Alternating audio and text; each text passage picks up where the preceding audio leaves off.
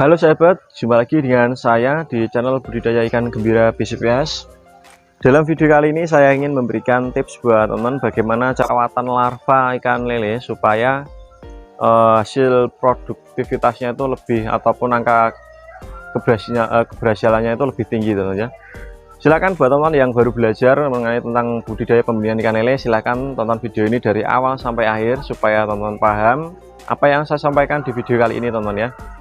Dan buat teman-teman yang baru bergabung di channel saya, silahkan klik like dan subscribe ya, supaya saya lebih semangat lagi untuk membuat konten video mengenai tentang budidaya ikan lele. Itu alangkah baiknya jika saya menyapa teman-teman terlebih dahulu. Selamat pagi, selamat siang, selamat sore, dan selamat malam buat teman-teman di sana. Semoga diberikan suatu kesehatan, lancaran rezeki selalu, amin amin ya robbal alamin. Oke teman-teman ya, mungkin kenapa saya ingin membuat video yang ini yang mengenai bagaimana cara merawat larva supaya tingkat keberhasilannya lebih tinggi, karena saya melihat dari teman-teman itu khususnya untuk pemula ya, mereka sering gagal pada proses perawatan larva ya. Silahkan tonton video ini ya teman ya dari awal sampai akhir. Oke, kita kembali ke topik teman ya. Tips yang pertama buat teman yang baru belajar dalam pembenihan ikan lele dan pernah mengalami kegagalan dalam perawatan larva, silahkan simak ya. Teman-teman siapkan kolam dengan jumlah kurang lebih sekitar 4 atau 5 ya.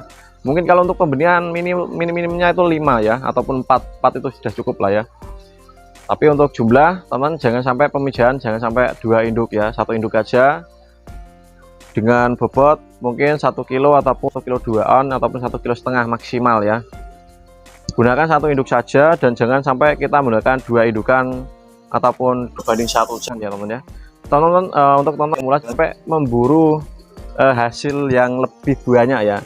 Jadi terkadang kan banyak dari kalian kan mungkin ingin memijahkan ikan lele supaya hasilnya itu banyak, kita lakukan pemijahan itu 2 indukan seperti itu ya. Dan untuk cara awalnya ini saya akan tunjukkan teman-teman ya. Cara perawatannya tahap awal untuk larva ya. Larva ikan lele jika baru menetas, kita akan coba lihat terlebih dahulu ya. Kalau sudah menetas pasti ada yang bonor ya, itu pasti 100% dari semua petani lele itu pasti ada yang bonor. Kalau ada yang bilang berhasil tanpa ada yang tidak bonor, saya akan berguru, saya sembah orangnya ya. Jadi seperti itu. Mungkin ada yang bonor, mungkin tingkat keberhasilannya mungkin 90% atau mungkin 80% itu saya percaya. Tapi kalau 100% menetas semua ya tidak ada, mungkin ya, tidak ada yang seperti itu teman ya, walaupun sudah dirawat dengan pil kuat atau pil penguat kandungan mungkin ya. Oke, kita pembahasan serius saja teman ya.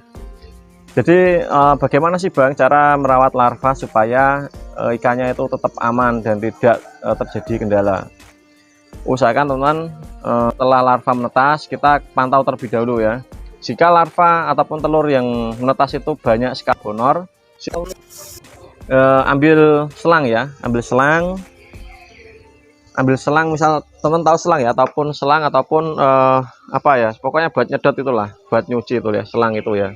Ya, kita ambil selang, lalu kita yang diambil bukan telur yang bonor ya, kita ambil larvanya, larvanya, lalu kita pindah ke kolam yang kosong ya. Misal kita memijahkan di kolam ini, kita pindah ke kolam sini ya teman ya. Kita pindah ke kolam sini supaya kualitas larva tersebut itu lebih meningkat ya. Jika kita taruh di sini dan banyak telur yang bonor, itu jelas saja akan merusak dari larva yang sudah menetas ya. Mungkin bisa ngampas, ataupun istilah ngampas itu mati semua ya, ataupun mati sekitar 80% ataupun 50%. Kalau 50% itu lebih bagus. Tapi kalau sudah 80 atau 90%, nah itu sudah gagal total ya. Lalu setelah kita ambil larva yang menetas yang bagus itu tadi, kita pindah ke kolam yang baru yang kita sudah siapkan.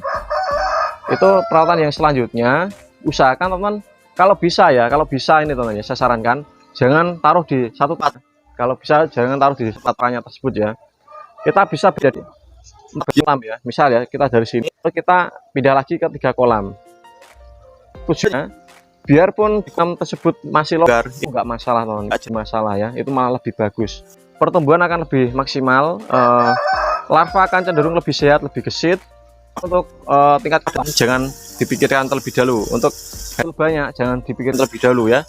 Yang penting satu indukan jika menetap semua, mungkin ya kalau maksudnya kalau hasilnya bagus satu indukan ya untuk bobot 1,5 kg bisa menghasilkan dari mulai 30.000 sampai 60 kan 70.000 ya, tergantung kali telur dan hasil dari bulan tersebut ya. Kalau telurnya sudah tua bener dan perutnya sampai apa ya gendor-gendor gitu ya, itu hasilnya banyak sekali teman-teman ya. Bayangkan saja untuk satu induk kita dapat 30.000 ekor ya. Untuk pemula pasti seneng banget ya. Lalu setelah kita bagi menjadi 3 bagian ataupun 4 bagian tadi, lalu yang berikutnya kita lakukan apa bang? Nah, lalu kita rawatlah larva tersebut dengan sebagaimana kita merawat pada umumnya ya. Kita kasih sutra, kasih air kocoran seperti ini. Masih tetap menggunakan air kocoran teman-teman ya. Jangan sampai teman-teman tidak menggunakan air kocoran seperti ini. Ini saya jelaskan, kocoran ini mengalir 1 kali 24 jam, jadi 24 jam non-stop. Jangan sampai kalau malam dimatikan, kalau pagi dimatikan, siang dimatikan, jangan ya. 24 jam stop kita hidupkan. Untuk pembuatannya jangan teman tanya ya, ini langsung dari sumur ataupun langsung dari air tandon ya, ataupun langsung dari pam ya, itu aman sekali. Pam desa ataupun pam Cimas itu aman ya. Kalau untuk pam-pam di kota itu pasti ada mengandung kaporit ya, itu bahaya sekali untuk larva ya. Setelah kita rawat bagaimana pada umumnya, kita kasih pakan, kita rawat airnya, lalu kita juga perhatikan tempat ataupun lingkungan dari kolam tersebut teman-teman ya.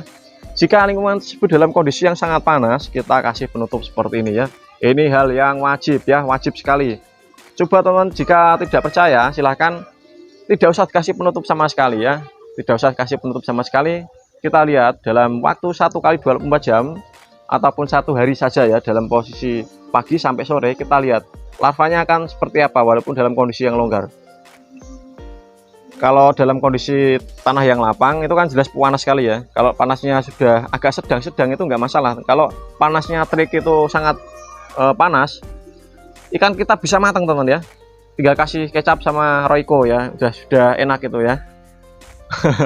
Oke ya, kita serius saja teman ya. Oke, kita sambil bercanda ya.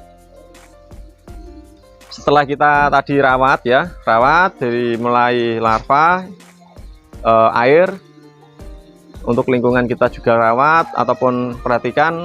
Setelah itu teman-teman baru bisa lihat hasilnya teman-teman ya. Untuk pemberian cacing usahakan jangan terlalu banyak teman ya, kita kasih cukupnya dalam 1 kali pakan kalau bisa ya.